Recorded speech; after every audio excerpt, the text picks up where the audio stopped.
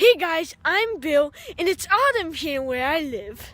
And today I want to talk about some trees. First of all, let's look at some normal trees that shed their leaves in autumn.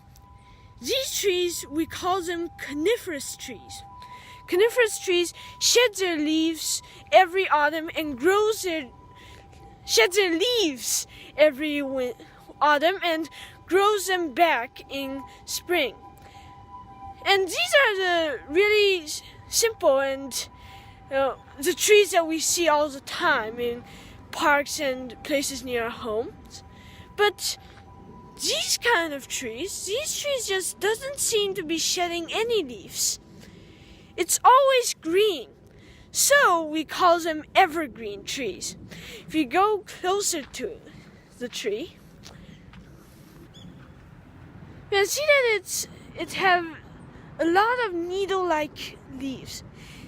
These needle-like leaves have really good advantages. There are actually 3 good advantages for these kind of leaves. The first one is it helps the tree remain hydrated.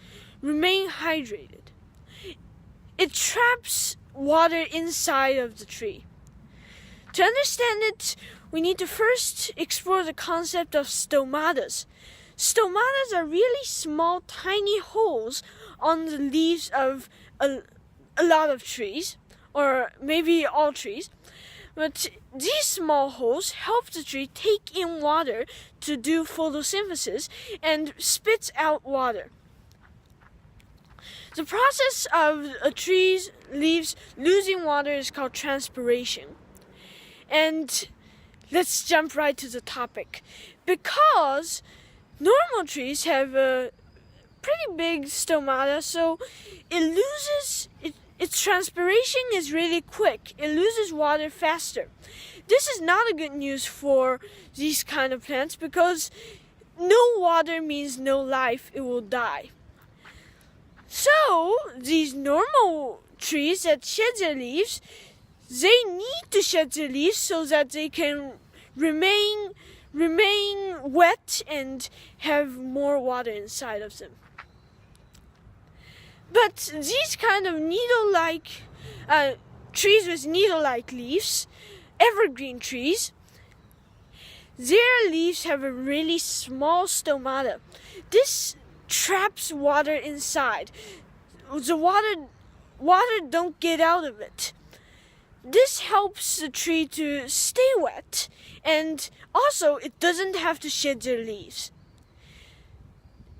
And from that thing I just talked about earlier, another great thing of needle-like leaves also come out. Because the trees don't have to shed their leaves, it can stay do photosynthesis longer. They can do photosynthesis during the winter period. Because even if it's winter, there is sunlight. So if you still have leaves in winter, you can use this sunlight to do photosynthesis, and this can be a really good advantage to survival. And that is exactly what evergreen trees does.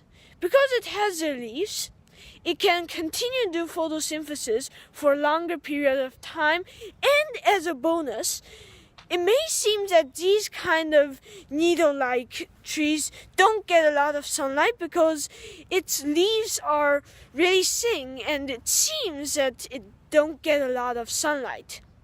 But there's an exception to that, because if I turn the camera right now, you can see that it's really crowded. There's a lot of small needle-like leaves on it. This helps them receive more sunlight, and even more than coniferous trees. Evergreen trees are really amazing, and there's another great thing to it.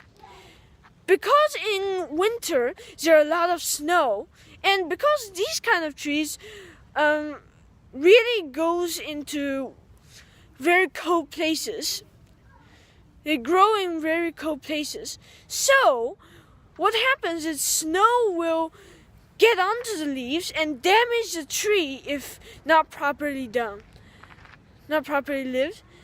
So what these trees did is their leaves is very thin, so snow can't get onto the leaf. Normal wide leaf trees, snow can easily get onto the leaf and damage the tree. But because of the very densely populated leaves and the leaf's small structure, it helps it to not get a lot of snow on it.